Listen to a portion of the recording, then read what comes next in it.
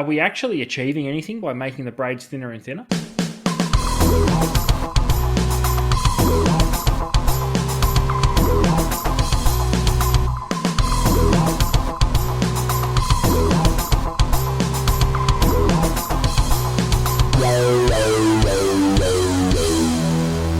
Hello everyone, welcome to The Deep Drop. This is a fishing podcast for anyone who is just tuning in and just new and just saw The Deep Drop and thought, yeah, why not? Give it a go. But there's a bit more to it, and quite often we get asked what it's all about and how we tackle that is, it can be a challenge. So I often throw to my co-host and partner in crime, Adam Ring. So Adam, I'm going to do the same again. Let's try and break down what the deep drop is, please, because I just can't, 50-odd episodes in, I just can't work out how to explain it. Well, we've learnt in 50-odd episodes of the deep drop, Luke, that this has become one of life's great mysteries, and it's what is the deep drop? We had a plan when we came in. The plan went out the window by episode 1.5. I was going to say episode 0.5. Yeah, and here we are just winging it. But We find the little bits and pieces that this beautiful industry has to hold. Yeah. And we grab them and we run a mile and we build these epic stories around these tiny little questions as we try and come up with an answer. Doesn't always work. It's bloody fun when we get to some sort of conclusion at the end. But more importantly, we give all of our listeners the tools to come up with their own answer, and that's what we love to hear because we're essentially tackling stuff that doesn't have a solid answer. So we try and find it. We need feedback from other people so that we can help put the pieces of the puzzle together. And here we are. It turns into 45 minutes to an hour worth of some of the most unruly dribble around fishing that you've ever heard. But I tell you what, Luke, we have some bloody fun doing it. Oh, I reckon that's brilliant. A brilliant summation of the deep drop. It's an objective podcast that you can just put your own spin on, and we do. Because it's fair to say that we have, you and I both been in the fishing industry in many formats for the last, 10, 15 plus years. That covers some media stuff like we're doing here, but also retail, wholesale, you name it, product development, corporate, So there's been a whole lot of levels of the industry that we've been lucky enough to see, and even done a lot of stuff in, with fisheries, which is kind of cool. Both of us have done different things there. So it's kind of, this is not, if this is your first episode that you're experiencing, this is not us telling you about fishing and telling you about the industry and telling you how to do things. Nope. You could argue that given our experience, we should be able to do that. But that's not fun, Luke. We've heard it all before. We're here to pull apart those weird little bits of the industry that no one talks about and try and throw some answers at you. Hey, and it might be uncomfortable at times. Just putting it out there. Just be prepared. Yep, we've ruled in and ruled out some things along the journey, Luke, and I look forward to many more episodes where we can keep doing the same thing. No, I love it, mate. I love it. We had a nice weekend last weekend, Ads, where we went down to the Melbourne Boat Show, spent some time mingling, met some great people, obviously caught up with some listeners, which is great, and obviously we then recorded an episode, which is the one previous to this that's out now to have a listen to if you like. But the boat show was a good one. It was from, the second one I think that's been on water, so to speak, and from all accounts, the attendance surpassed last year's as well, which is great. Listen, the world feels like a better place when the boat show's back in Melbourne, and there's a few bits and pieces going on. There were some retail stands. Obviously, the boat manufacturers are out in force, which is really what the show's all about. Yeah. A few people jumping up on stage, anywhere from just general fishing chat through to a couple of celebrities that have done some things.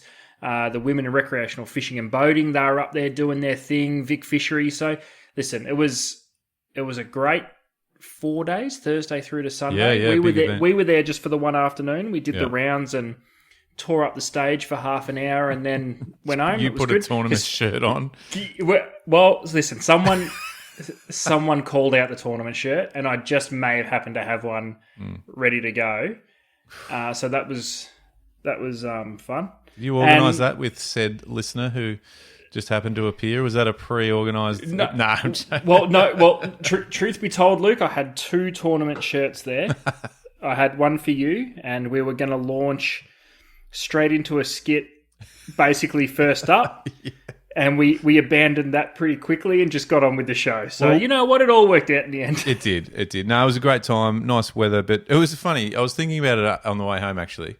With a boat show or a fishing show or, you know, an event where you want a crowd, an audience, attendance, it's a especially if it's outdoors, it's a real fine line between you want the weather to be shit enough that people aren't out fishing.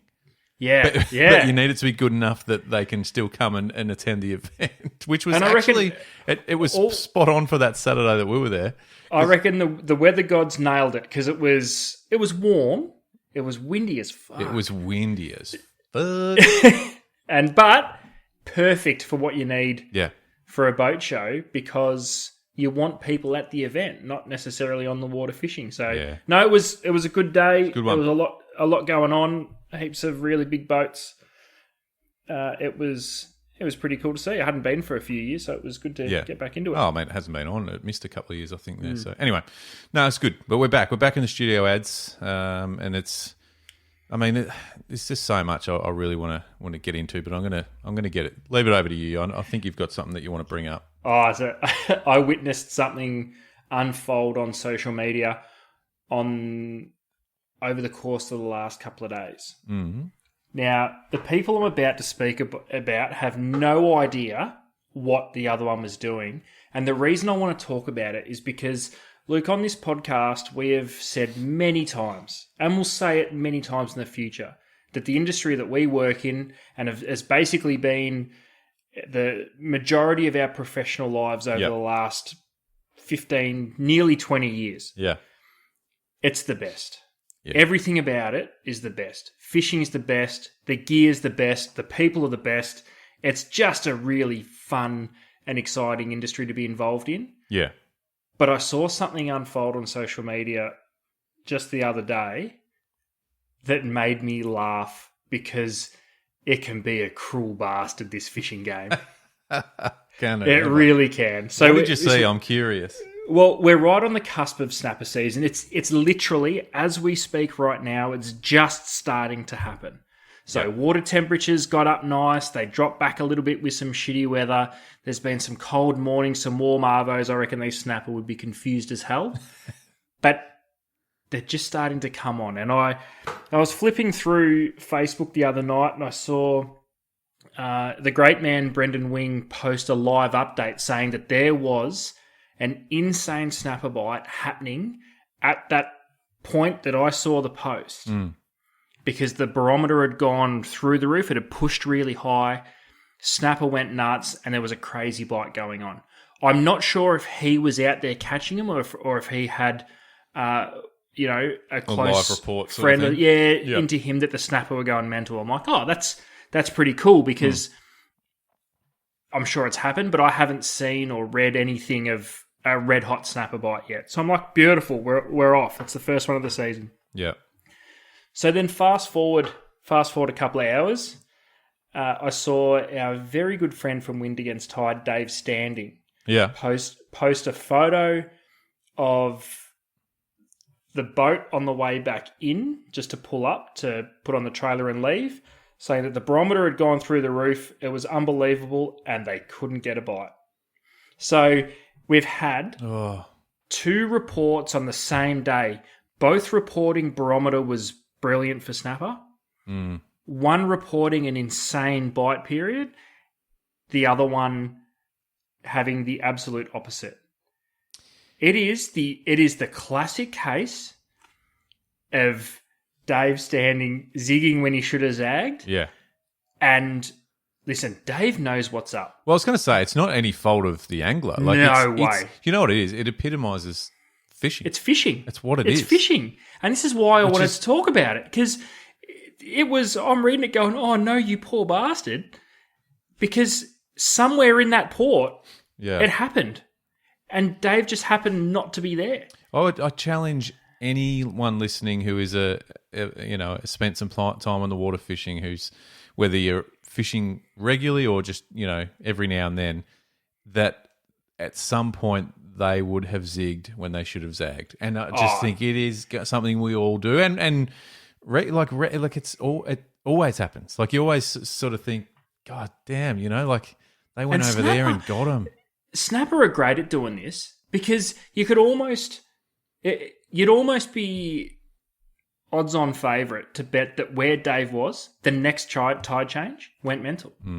Snapper are so notorious for one spot going one day, not the next. It's pretty well, it's been the story of Western Port for the last couple of seasons. Yeah.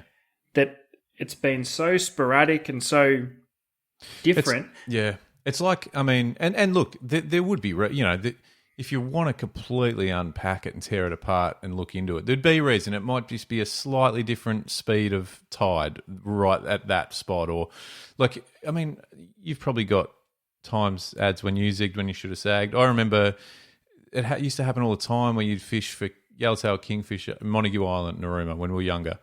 And one spot around the island would fire and another one wouldn't. So quite often you'd be on the radio and your mate would be up there going, oh, they're just chewing their faces off on jigs or live baits, and you're down south while they're up north and it's just not happening. And it's, like I said, yes, you're in the one spot, but there are just variants in each sort of spot. And it might be, you know what fish are like? Fish can be arseholes, man. Like, it could be the most minor variant, but it makes all the difference. So... And it's nuts because, look, you and I love, not even just on this podcast, but even when we catch up outside of this, we like to pick things apart. We like to try and find out why. We throw theories at each other.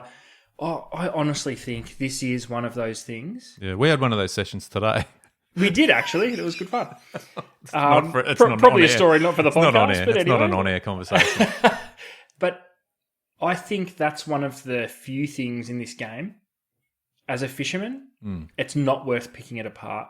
No. You just got unlucky because luck is a huge part. We all try and find the variables and the barometer's doing this and the shallow water's going to be better. And because and the best fishermen I know have those, it's the 1%ers. We did a whole podcast on it. Yeah. 1%ers. You know, sometimes you just get unlucky. But even if we did pick it apart, and like I said, what we got to was where a person smashing snapper there was a slight difference in speed of tide, right? Say that's what it was, and I'm just pulling that completely out of my ass. Even if you took that and went, all right, well, next time when it's similar conditions, I'll go there. It's not to say it's going to work. Yeah, that's right. The spot where you were might have still worked. Like that, and going back to your initial point, that is 100% why we love this sport and why we hate it at the same time. But it's why it can't be clocked. No, exactly. Because Dave is one of the more accomplished fishermen that I know. We've spoken to him a few times, both on Wind Against Tide podcast and this podcast as well. And he's done everything from solo swordfish to endless numbers of snapper seasons to big bluefin. Just as far as a local fisherman goes, he's up the top, and even he sometimes gets unlucky. Absolutely, you can't. And it's just fish. Fish are a pain in the ass. What's the biggest shit? Like, what's the biggest arsehole fish? Do you reckon when it comes to that sort of thing that can just be so micro in why they're not feeding? Yeah, Mulloway. And a very quick story on Mulloway and why I say it. They're everywhere in our local waters, insanely hard to catch, but we went through a stage. It was a long time ago in the grand scheme of things now, but there was a little bit there, which actually it was probably around the time of Secret Silver. Remember when the DVD Secret Silver came out? DVDs. It was exactly. Remember those? It was around that time. Mulloway was a talk of the town. Everyone was trying, and impossibly hard to catch. You could grab all the little 1%ers and it still wouldn't be enough. But there was a couple of local fishers who I'd met through the shop at the time who were all over it. They'd put together 3 years, maybe more, of knowledge, and they had it tuned to a point where you could never guarantee, but they always went with 100% confidence they were going to get a mulloway. Yeah. And more often than not, they would. They would get between 1 and, 2 or 3, depending on time of year and whatnot, but they had it sussed. And then I hadn't seen them for a little while. They come back in the shop and we used to talk mulloway just for shits and gigs and they said, no, we don't fish for them anymore. I'm like, what? You guys had it? And they're like, yeah, exactly. because we got around one season, every single thing that they had learned, it like someone had tipped the puzzle upside down and thrown 3/4 of the pieces away. They said, we don't know what's happened, but everything that we had in place to catch mulloway all went out the window. That doesn't happen to many species. That's a fair reason why they are the arsehole fish of the sea. Yeah. But Far out, man. So mulloway definitely won, but I think snapper, for something that's so popular and can be quite easy to catch at times, can be the ultimate frustration fish. Exactly like what we've just been talking about. Yeah. They can be here one day, they're over there the next day, and then the next tide change, they're back where they were the day before, and they end up making you drive around in circles trying to find them. Yeah. And I don't want to steer away from this directly, what we're talking about, but I was thinking about live scope and all this stuff the other day, and how, do you think? I think you might have brought it up in a past podcast about, does it just generate more frustration? Because you go find these, let's even say snapper or mulloway, and they just prove to you why they're so frustrating, because they might even have a look at a lure and just go, nah. Exactly, and that's why I think live scope is going to be a very interesting thing when it comes to snapper fishing, because, you and I had a chat to Lee Rayner about it at the boat show. He's looking forward to trying it out on that stuff, which is going to be unreal. But we don't have any issues sounding snapper on even the old school. I'm not talking down scan or side scan, just a standard sonar, 200 kilohertz sonar. You got no dramas finding them. No. Yeah. It's just a matter of whether they're going to chew. Now, the one thing a live scope will do, which I think will be insanely fascinating, is you can actually see how a fish is reacting to whatever you're casting, whether it be a bait or a jig or a soft plastic or whatever it may be, a vibe, whatever. You'll be able to see pretty quickly if they're interested in taking it or not. But it will also dispel a lot of potential myths, a lot of things we thought. Like, remember the old stories about snapper when you sound them up? The reason you want to leave the rod in the rod holder and let it hook them is because if there's a school of snapper, the one that commits is going to pick it up and run off and take the bait away from the school so it can eat it without any competition. Yeah. That could all be bullshit. And we're about to find out. Yeah, I think that's one thing that live scope might do, is just absolutely call bullshit on a few things. But anyway, so zigging when you should have zagged, it's just common practice for fish. It goes anglers hand in around hand the world. with fishing. Yeah. Yep. Which is really cool. And it's a great example, though. And that's a good call bringing that up, because that is a perfect example of same waterway, same time, same barometer or whatever. Just literally in the wrong place at the wrong time. Yeah.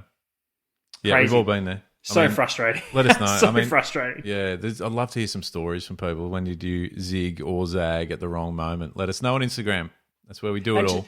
And just quietly, a very quick shout out to Dave, because there's a lot of people out there, especially in social media land, that would have claimed they smashed them when they didn't, or just didn't post anything.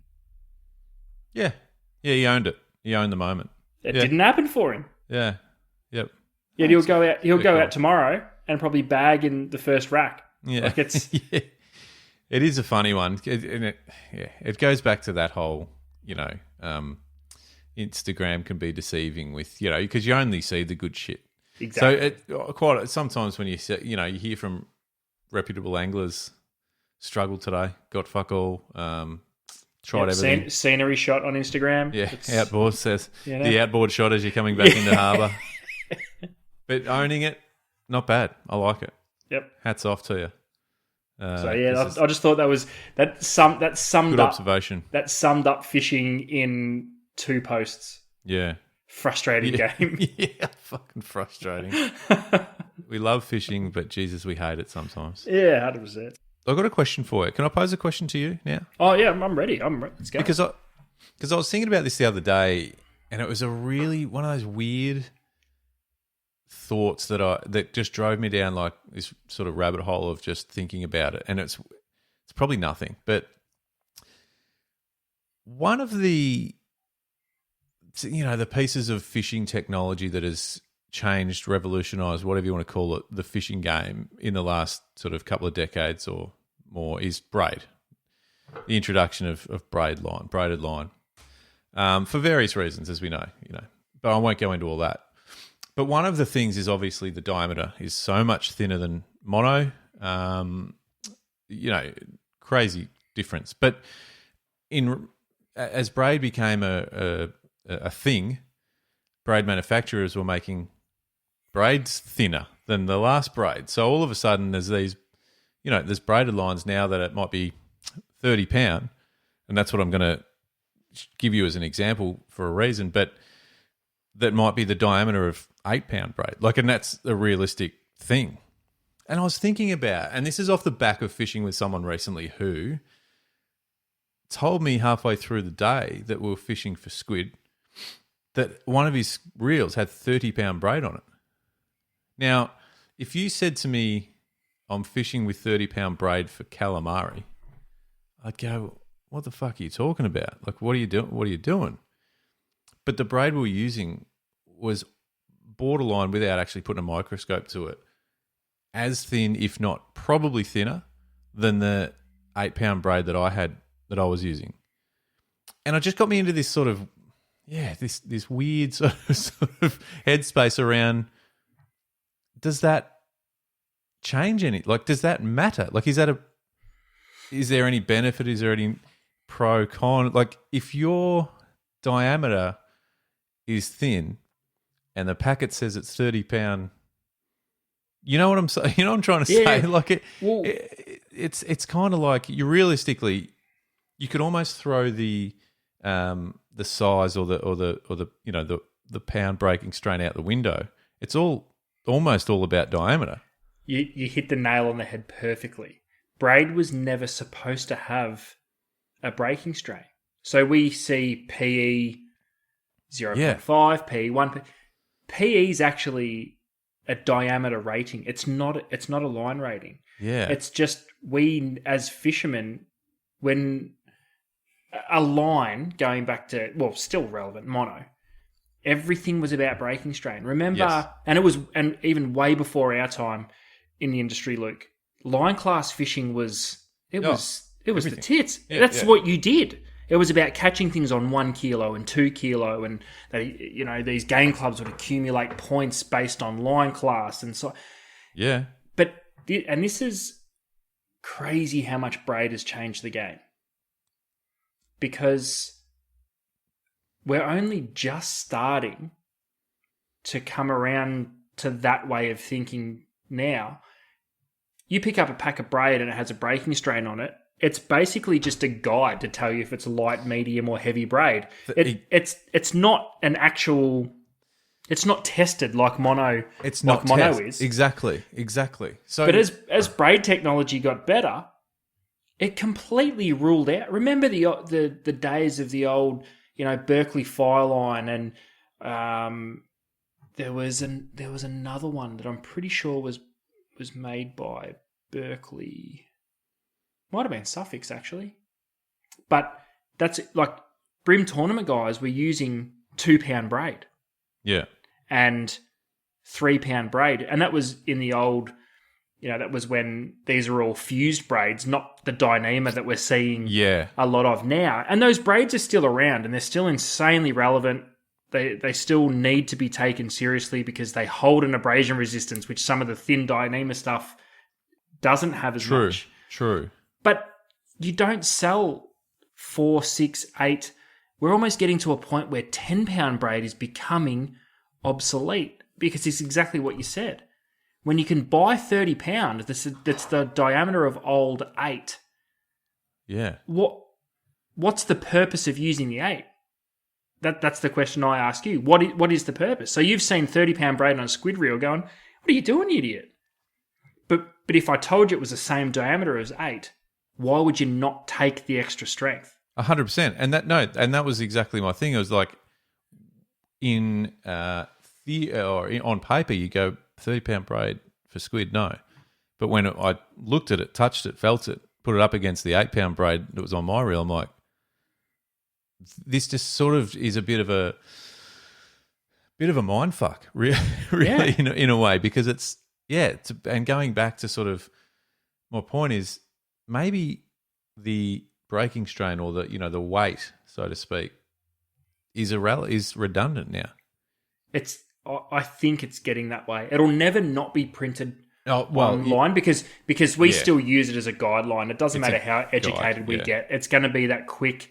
I can't see us getting to a day where you walk into a tackle shop and go, oh, I want to re-spool my whiting reel. Have you got any 0.036 mil braid? No. It's just not. I don't think it's ever going to get that way. But it poses the next question. Are we actually achieving anything by making the braids thinner and thinner? I don't know. Because braid's all about castability and sensitivity. You're always going to have the sensitivity because it's insanely low to zero stretch. Yeah. So castability comes into it. So is it tested? Braid? Yeah. Some of them are. Well, there actually is. Yeah. Or there was. I don't know if there still is now, but there was IGFA tested braid. Yeah, true. But the reason I asked that is some of the braid that's coming in not even what it's saying on the box. No, it's not, because that was a huge selling point of braid way back in the day when it first came out. You're like, oh, here, I want to spool with braid from Western Pot outfit. Oh, yeah, cool. Spool it with 20 pound. Isn't that light? Oh, yeah, no, it breaks well above 40. So why wasn't it labelled 40? 40, that's right. Yeah. And I think the reason for it, because it's based on diameter and not breaking strain, the testing of that whatever braid it was, the rating it got was the lowest pressure that it took to break it. Yeah, okay. Not the highest. Yeah. So I'm just wondering, and I don't think we will, but I'm just wondering whether we'll ever get to the point where I need 20-pound braid. Oh, you're after 0.2 millimeter braid. Like, like is it? I think the best we'll ever get is we won't ask for a breaking strain. We'll ask for, PE. Have you got any PE3, PE 0.8, PE 0.5, PE, which we're nearly there. Rods are coming now with PE ratings on them, but not in is it? But not so much lighter stuff though. You still hear a lot of people say, "Well, PE2, it's just 20-pound braid." Yeah, I was a bit. It's not. It's so not. Yeah. PE1, 10 pound. Yeah, it's not. It used to be. It's not now. It's nowhere near But that was a typical Australian way of simplifying and dumbing it down, even if it wasn't right. Just even if it wasn't accurate. No. I'm just going to make something up to just make this this sale so much faster and easier. I may as well just add a zero to it. It sounds believable. And that's the thing. It was a new thing, and people go, "Oh, okay, yeah, cool, makes sense." Yeah. It's a fascinating one. I know, like I said, I found myself in a real sort of mind space thinking about all that, and I don't think it's ever going to be overcomplicated for consumer, which is great. But it's just, it just blew my socks off a little bit just thinking, well, if 30-pound braid is the same diameter and doing what I need it to do as 8, why wouldn't I? Like what? Exactly. Yeah. Exactly. But is it even 30 pound? I don't even know. Who knows? Who knows? Anyway, I really wanted to bring that one to you, and like if anyone's got any thoughts about that out there, like let us know, because it's just a fascinating one. Like, I know there's a lot of people that listen that do a lot of that are probably a technical angler, because we've spoken to them and we've had some messages and stuff. So I'm curious to know do you go for, if you can get a higher, and we'll call it breaking strain or test or whatever we want to call it, if the diameter's right and suits what you need to do, or are you sort of more inclined to just go by the test or the breaking strain weight? I mean, it's confusing as hell. Yeah, isn't it? Break it down, but I remember the very first time, years and years ago, remember Sunline Castaway? Yep. Which I'm pretty sure it's still available. Yeah, I remember using that for the first time, and it was £10, which fishing in an estuary for bream, you just didn't. It's way too heavy. Heavy, yeah, that's what you'd think. But I remember not being able to tie it because it was so thin. Crazy thin. Yeah. Yeah. And to think now in this day and age, that's the norm. That diameter that was then way too hard to tie, but was trying to tell me it was £10. That's the norm. People aren't buying it if it's not that. Yeah, so to that point, if you went up to £20, the braid diameter would probably be okay, but mentally you would have been going, I'm not fishing £20 braid for bream. Yeah, exactly. But so here's a perfect example. Through work, we released a new Eggy line this year through Suffix. It's the lightest in the range is about that 11 pound. Yeah. Compared to our previous thinnest braid, it was like it wasn't even in the ballpark. As in, so that the 11 pounds probably a bad example. The heaviest being around a 21 pound or something was almost equivalent to like a 10 pound of the previous thinnest braid. And stuff's changing, because the other thing that braid does to confuse you is essentially the more strands it has, the thinner it is. That's another thing that if you fucking hell, if you go to look in, do a bit of deep diving on braid, you almost never use it again because it confuses you so much. You go, I'm going back to mono. Yeah. And then you use mono again. You're like, I'm not fishing with this rubber band. No, you wouldn't. but it is very, very confusing in a lot of ways. But like it eventually makes sense. But at first glance, you go, what? I wonder if there'll ever be a time where, rather than any of the ratings, diameter, weight, there might just be a sort of chance of wind knot sort of direction, so you can go. that's how you know. Oh yeah, I wonder if braids ever get that thin that wind knots become so common we start demanding thicker braids. We want the old ones back. Yeah, it's a trade-off. This is super thin, but you're gonna be fucking around with wind knots for most of the day. But if someone funny. came out with from a marketing point of view, if someone comes out with a braid that they could market as wind knot proof. I hope it's. I'll buy shares in the business. I hope it's Suffix because yes. I'm going to sell a shitload of braid. Oh my god, work on it, will you? Can you work on that? Put your people in development, and I will invest in Rapala. If you look at the flow-on effect of what braid's done to everything, I could sit here and make a pretty good argument that spinning reels, they wouldn't be as good if braid was never invented. Yeah. Because of the wind knot factor. So now, any of the manufacturers of spin reels, if you have a look now at just the spool design, don't worry about the actual reel itself, but just the spool design. Everything from the arbor of the spool to the lip on the spool to the oscillation of the spool, everything is about trying to eliminate the chances of wind knots. True. And then they went and did the same thing with the rods. If it wasn't for braid, we'd never see a Fuji K guide, an anti-tangle guide. It's so true. So braid changed the entire landscape of even rods and reels. Yeah. It's fascinating. And I haven't looked at the new, Stratic has just launched. So I haven't had a good look at the box yet. But there are still reels, new range type reels, that still have nylon diameter ratings on the side of the box to give you a guide of how much line you'll fit on, which I find interesting that we're still doing that and not some. And I know there are some that have the braid as well, but do you know why I reckon they do that? Because it's a big box and you've got to put something on it. But give me the braid. Give me the amount of braid I'm going to fit on there. Anyway. It's pretty nuts because who spools with mono? Just say. Do you know? I don't know why we would do it, but I'd be curious to do a day fishing ads, and let's choose something that's okay. Let's do a day on a river fishing for trout with mono. Does fluorocarbon count? Nah, I want to go just monofilament. Just mono. Yeah. I mean, I'd just be fascinated to see how it would be fucking funny. hard it would be.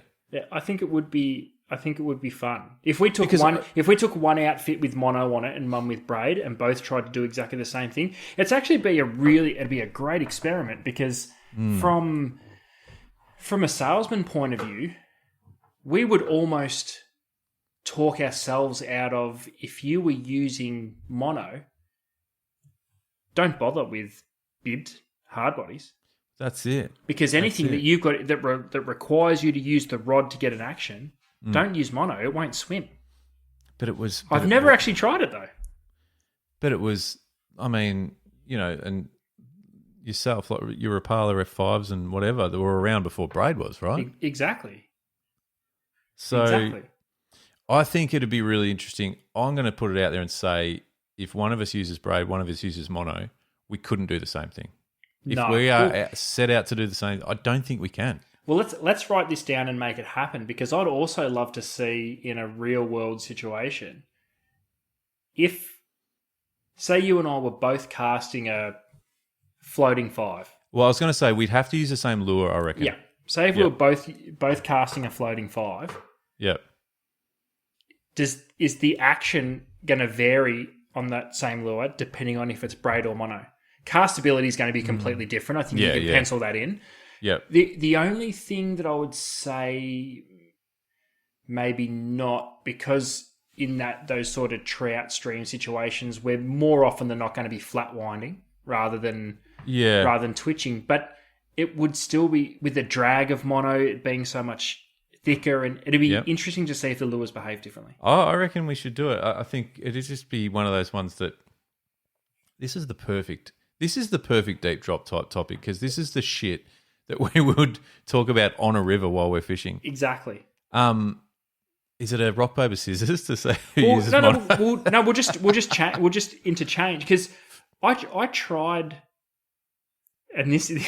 Have you got mono on any reels? I've got fluorocarbon on a small 1000 reel, which I did specifically for stream trout for one reason. I just didn't want to tie leaders onto anything. I couldn't be bothered with it. If I'd overshoot a cast and have to ping it off, or I just didn't want to spend time retying leaders. I just wanted to tie a lure on and start fishing. Straight on. Love that. So if we're using mono, are we running mono right through to the lure? Yeah, I think so. Yeah. Because I don't want to be tying join knots between mono and... I think it defeats the purpose. You may as well use braid. Yeah. No. Cool. Okay. Yep. And how... Yeah. Wow. Okay. That'll be interesting. It's interesting. Yeah. I'm all in. I would love to do it almost as just a throwback to the... because even when I think back of... when soft plastics kind of became a thing, fishing in that southern sort of far south New South Wales coast, in some of the estuary systems down there, it was all mono, maximum 8 pound, 4, 6 normally, soft plastics. And I know it's easy to say in hindsight because that's all, you didn't know anything. That's different. all there was, yeah. Yeah. But, yeah. Yeah, I think there's no, like, you catch fish. Like, you get fish. You definitely But I'm more thinking about just how, is it going to be one of those, it's more about the casting and the working of the lure. It's like you just feel all wrong. Yeah. And to make matters worse, do we use like a soft fiberglass rod as well? Rip the old black queen out. Oof. No. But no, same. We could almost go same rod, same reel. Just the line's different. Just the line different. Yeah. Yeah. Let's do it. That'd be cool actually. And then we'll check back in. Actually, let's pencil this in. Let's book that trip. Let's go and do it. Let's record the podcast that night that we've done it, so that everything's fresh.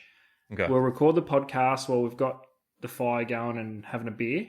Yeah, I was going to say, or if we're on the road heading home, we'll do it in the car. We'll record it in the car. We've got the facilities to do that. We'll do So it's completely fresh on our minds. I love that.